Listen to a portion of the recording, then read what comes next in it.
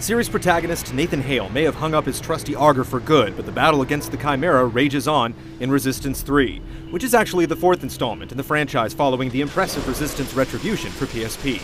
With this latest sequel, the PlayStation-exclusive shooter returns with new weapons, a new leading man, and a new set of features including support for stereoscopic 3D and PlayStation Move controls.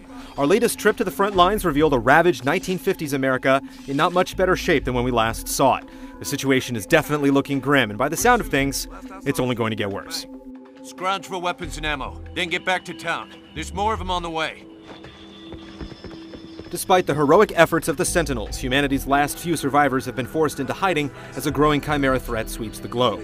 Worse yet is that the explosion triggered at the end of the second game has triggered a wormhole overlooking New York City, threatening to end all life on the planet.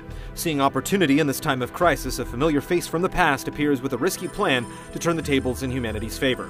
Returning to the fray as Resistance 2 sidekick Joseph Capelli, it falls on you to make the perilous journey northeast and rid the states of their vile alien oppressors once and for all. From the game's new protagonist to the loss of some familiar features like regenerating health, initial impressions may paint the picture of a sequel far removed from series convention, but the heart of a true Resistance game still beats underneath.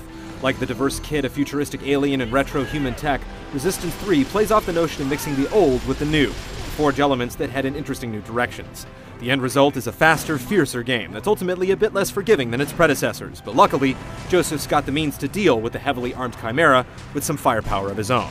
Keeping true to the spirit of the series, Resistance 3's characteristic loadout of alien-flavored weaponry remains the focal point of the experience. Expect to see old favorites like the Bullseye interspersed with new ones like the Deadeye, a long-range Chimera sniper rifle packing one hell of a shot.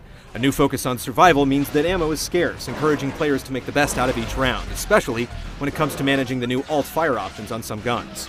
The deployable turrets from the Marksman will definitely see some use in many of the hellish scenarios the game throws your way, but the more open-ended levels and a system that dynamically upgrades your weapons with each successive use, it's clear that Resistance 3 isn't about to play favorites with hard-set guns or tactics. While the long road to New York is paved with what looks to be one of the biggest campaigns in the series yet, the multiplayer, by contrast, seems determined to provide a more focused experience, capping headcounts at 16 players while nixing the separate 8-player co-op campaign featured in the second game for a 2-player story mode.